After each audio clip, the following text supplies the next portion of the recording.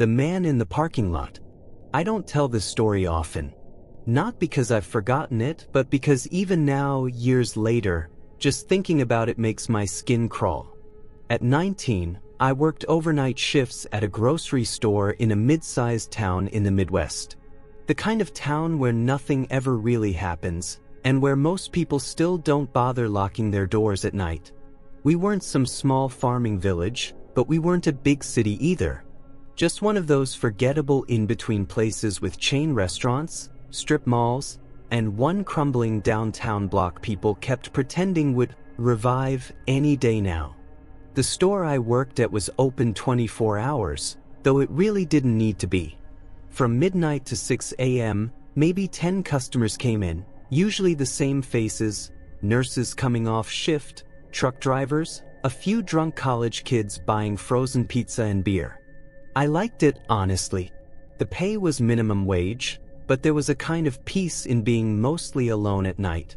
I could put in my earbuds, stock shelves, and zone out. Sometimes the quiet felt eerie, but after a couple months, I got used to it. My manager, David, was technically in charge during those shifts, but he didn't care about much. He'd sit in the back office scrolling TikTok or half-watching security cameras. As long as I stocked the shelves and didn't leave a mess, he left me alone. It was a Wednesday in late October, one of those cold, windy nights when dead leaves scuttle across the parking lot, that I first noticed him. The man. I was in the chips aisle, cutting open boxes when I felt it. That subtle weight of being watched. At first I brushed it off. Empty aisles can play tricks on your mind, especially when you've been awake too long. But when I looked up, he was there. A man in a gray hoodie, standing at the very end of the aisle. He wasn't shopping. He wasn't even pretending to browse. His hood was pulled up, shadowing most of his face. Both hands were buried deep in the front pocket. He stood completely still, just inside the automatic doors, facing straight toward me. I froze. At first, I thought maybe he was waiting for someone. Or maybe he was high and just zoning out. I forced myself to ignore it, turning back to my box cutter. When I looked up again, he hadn't moved. Not a step. Not a twitch. Just that hood, that faceless silhouette at the edge of the fluorescent light. I moved to another aisle, pretending I had more to stock there. A few minutes passed. I peeked around the corner. He was closer. Not in the chips aisle anymore, but at the end of frozen foods, angled just slightly so his hooded face pointed toward me. No basket, no cart, no movement, just watching. A chill worked its way down my spine. I told myself to calm down. People are weird, especially at night. Maybe he was waiting for someone in the bathroom. Maybe he was drunk. Still, I didn't like it. I tried stalking a different aisle, cereal this time, but every time I glanced toward the end, I caught sight of him. Always the same posture. Always the same distance. Always facing me. That was when I decided I needed backup. David was in the back office as usual. I walked quickly, not wanting the man to notice how rattled I was. I knocked on the door frame. Yeah. David didn't look up from his phone. "There's a guy out there," I said. My voice was tight. "He's not shopping. He's just standing there, watching me." David sighed, rolled his eyes. Probably some drunk waiting on a ride. Ignore him. No, man, he followed me down an aisle. That got him to set his phone down. He pushed himself up with a groan. "Fine. Let's check it out." We walked back toward the front. My heart was pounding. But when we got there, the man was gone. I felt my stomach flip. "He was right there," I said, pointing toward frozen foods. David scanned the empty aisles, then shrugged. "See? Left already." I glanced out the big front windows. The parking lot was mostly empty. My beat-up Civic sat under the nearest light pole. Farther out, at the edge of the lot, was an old white van. Beat up, paint peeling, no windows on the sides. The rest of my shift was uneventful. No more hooded man. No more watching. I stocked shelves, swept floors, and tried to tell myself I'd overreacted. But when I clocked out at 6:05 a.m. and walked toward my car, I saw it. The white van was still there. And as I walked past, keys clenched tight in my hand, I felt it, eyes on me. Heavy. Pressing. Coming from behind the tinted glass. I didn't look. I just unlocked my Civic, got in, and drove away. But the entire way home, I couldn't shake the feeling I was being followed. The next night, I told myself I was being paranoid. That guy had probably just been a late-night shopper acting weird. Maybe homeless, maybe high. I'd scared myself more than I needed to. But deep down, I knew that wasn't the case. When you've been truly watched, you feel it. It's not the same as someone glancing in your direction. It's heavier. It settles into your skin. Still, I needed the paycheck, so I showed up for my shift. The grocery store was quiet as always, fluorescent lights buzzing overhead, the faint hum of refrigerators. Same routine, stock, sweep, zone out. By 1:30 a.m., I'd almost convinced myself the night before had been a one-time thing. Almost. At around 2, I went to grab a pallet of frozen goods from the back. The alley behind the store was always dark, lit by one buzzing light over the dumpster. I wheeled the pallet jack out of the freezer, pushed through the back door, and froze. Across the street, in the shadows, sat the white van. Engine off. No headlights. Just sitting there. It was angled slightly toward me, like whoever was inside wanted a clear view of the back door. I swallowed hard and forced myself to keep moving. My hands shook as I threw the trash bags into the dumpster, the thud echoing too loud in the empty night. I didn't look at the van again. I just went back inside and told myself, it doesn't mean anything. Maybe someone lives out of it. Maybe it's coincidence. By 3 a.m., I was back in frozen foods, stocking shelves. I tried not to think about the van. Tried not to imagine him sitting there, hood up, eyes locked on me through tinted glass. That's when I saw him again. The man in the gray hoodie. Standing at the end of the aisle. Just like before. No basket. No cart. Not moving. Not blinking. Just watching. I felt my throat tighten. This time I didn't go get David. I didn't think I'd be able to explain it without sounding insane. Instead, I forced myself to walk straight toward him. My legs felt like lead. When I got close enough, I said, "Can I help you find something?" The hood shifted slightly. And then he smiled. Not a big smile. Not friendly. Just the corner of his mouth twitching upward. Like he was amused. I froze, a box of frozen peas clutched against my chest. He didn't answer. Didn't move. Just smiled that tiny, knowing smile. I backed away slowly. "All right, man. Take care." And then I turned and walked fast toward the security office. By the time I got someone to check the cameras, the man was gone. The aisle was empty. The rest of the night dragged on, each minute heavier than the last. When dawn finally came and I clocked out, I walked toward my Civic with my head on a swivel. The lot looked empty. No van this time. But when I reached my car, my stomach dropped. Tucked under the windshield wiper was a folded piece of paper. My hands shook as I opened it. In uneven, shaky handwriting, 4 words were scrawled across the page. "I know your schedule." After I found the note under my windshield, sleep became nearly impossible. I started leaving work earlier, parking further down the street, looking over my shoulder constantly. But nothing I did seemed to matter. The next night, I went to work expecting an empty store. Hoping it would all be over. Hoping that maybe it was just a coincidence, some random guy who happened to be at the store twice. Around 1 a.m., I went outside to take out the trash.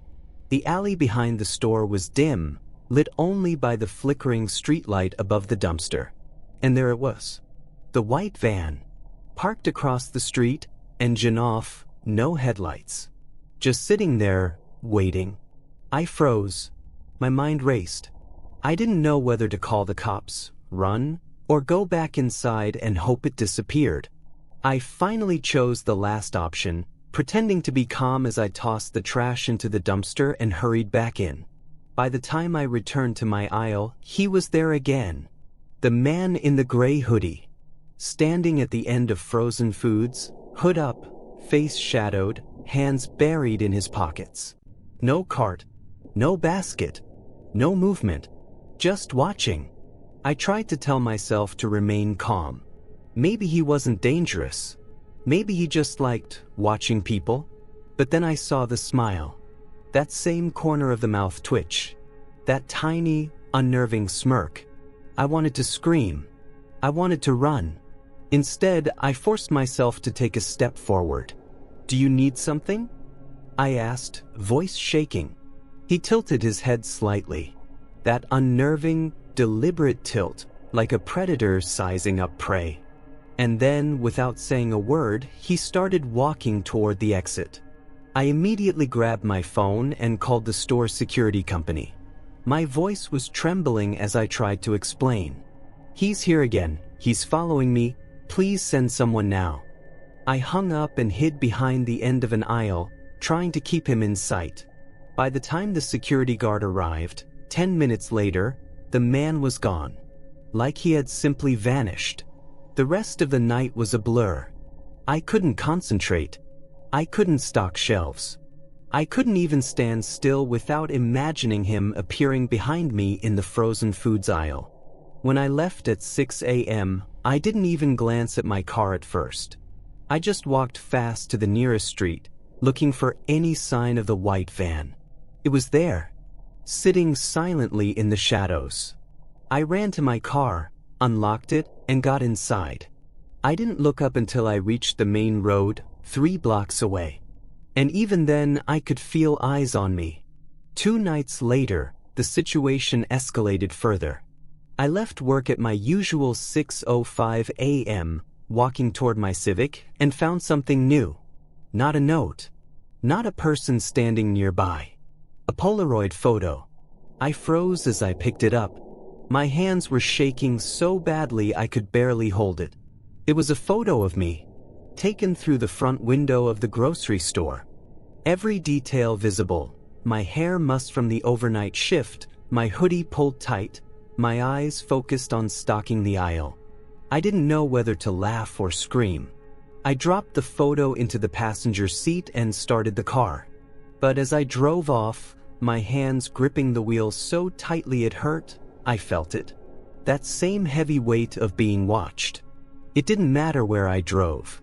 No matter how many turns I took, I kept imagining the white van behind me, following me, waiting.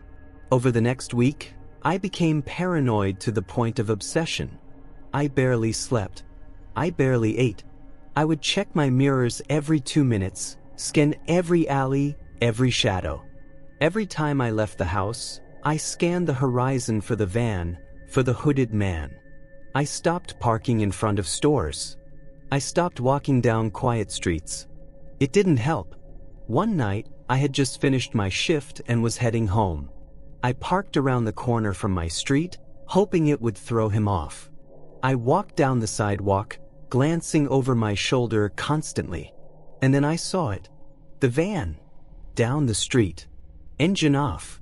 Headlights dark. Watching. I froze, my chest tightening. The hair on my arms and neck stood up. My brain screamed at me to run, but my legs were paralyzed. I wanted to scream. I wanted to call the police. But what would I say? That some guy in a hoodie was following me in a van every night? That I had proof in the form of a Polaroid? Would they even take me seriously? I decided to walk slowly, pretending not to notice. But my heart was hammering. Every step sounded too loud. I made a sharp turn down a side street and ran the rest of the way home, praying he didn't follow. I didn't sleep that morning. Didn't even try. A few days later, I found another note on my car. This one wasn't written on paper. It was scratched into the hood with a key. You can't hide. That's when I realized this wasn't random anymore. This wasn't a coincidence. He was deliberately tracking me, watching me, learning my schedule, my habits, my life. I started documenting everything. Times I left work, times I arrived home, when I ate, when I slept, every detail. I thought maybe if I could show a pattern, I could anticipate him, or maybe get evidence to take to the police. But even then, it didn't feel like enough. Because one night, I found a second Polaroid. This one wasn't of me inside the store. It was of my front door, taken from the shadows outside. And this time, there was a figure in the corner of the frame, hood up, standing perfectly still, watching, waiting. I knew then that he had crossed a line. He wasn't just a random weirdo. He wasn't some harmless drunk. He was hunting me, and I had no idea why. After the second Polaroid, I quit my job immediately. I couldn't face the store anymore. Not with him still out there. Not knowing when he would show up or where. Every corner, every shadow, every empty aisle could hide him. I started leaving my car several blocks from my house. I changed my walking routes. I avoided going out alone. I even asked a coworker from a different store if I could crash on their couch occasionally, anywhere that didn't feel like the same streets, the same empty parking lots, the same cold fluorescent lights. But the van, it didn't care. One night, a week after quitting, I was walking home from a friend's house. I had taken a route that was busier, with streetlights and a few cars passing by. I thought I was being cautious, thought I had managed to shake the feeling of being watched. Then I saw it, the white van, sitting just past the intersection in the shadow of an abandoned warehouse. Headlights off, engine silent, just waiting. I froze in place, my heart hammering so loudly I thought it would give me away. My mind raced. Could I run? Could I hide? Could I call the police without sounding insane? I had no answers. The van didn't move. It didn't do anything. But I knew he was inside. I could feel it. That same suffocating, heavy stare. Watching me. I walked faster, keeping my head down, pretending not to notice. I kept glancing over my shoulder, heart racing. My lungs were burning. My legs felt like lead. By the time I reached my street, I was trembling uncontrollably. I rushed into my house, locked every door and window, and collapsed on my bed, shaking. Sleep wouldn't come. The Polaroid of my front door kept flashing in my mind. For the next few days, I avoided going out at night entirely. I only left during the day, hoping the van wouldn't follow me in broad daylight. But one morning, I stepped out to get the mail, and there it was. Parked across the street, white and silent, engine off. I didn't even think. I sprinted back inside, slammed the door, and called the police. They came, took a report. They checked the van's license plate. It came back registered to an abandoned property on the outskirts of town. No one lived there. No one answered when officers went to check. They said I had reasonable concern, but there wasn't enough evidence to do anything. I started sleeping with my doors locked, lights on, every window covered. I avoided friends' houses at night. I avoided going to stores, even for groceries. And then, one afternoon, about a month later, I was driving through a neighborhood far from mine, trying to clear my head. I saw it again. The white van, parked alone in the shadows of a side street. Headlights off, engine silent. I slammed on the brakes, heart racing. My palms were sweaty. I wanted to call the cops. I wanted to scream. I wanted to run, but I couldn't move. The van didn't move. I drove past it slowly, keeping a safe distance. My stomach churned. My mind screamed at me to keep going, but I couldn't shake the feeling that it wasn't going to leave. That it was waiting, watching. Weeks passed.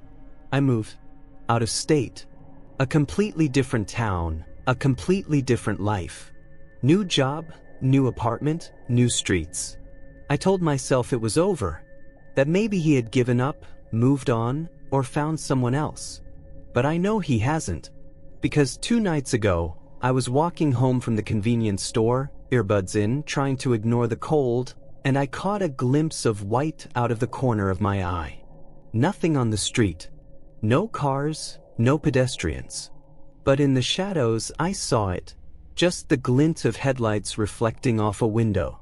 I didn't stop. I didn't look. I just walked faster. My phone was in my pocket, ready to call 911, but I didn't. The van wasn't moving, but I knew it was there. And even now, I think about that night shift, the aisles, the frozen foods, the heavy weight of those eyes on me. I know that somewhere out there he's still watching, waiting. And I know that if I ever relax, even for a moment, he will find me. Because he knows my schedule. He knows where I live. And he hasn't stopped yet.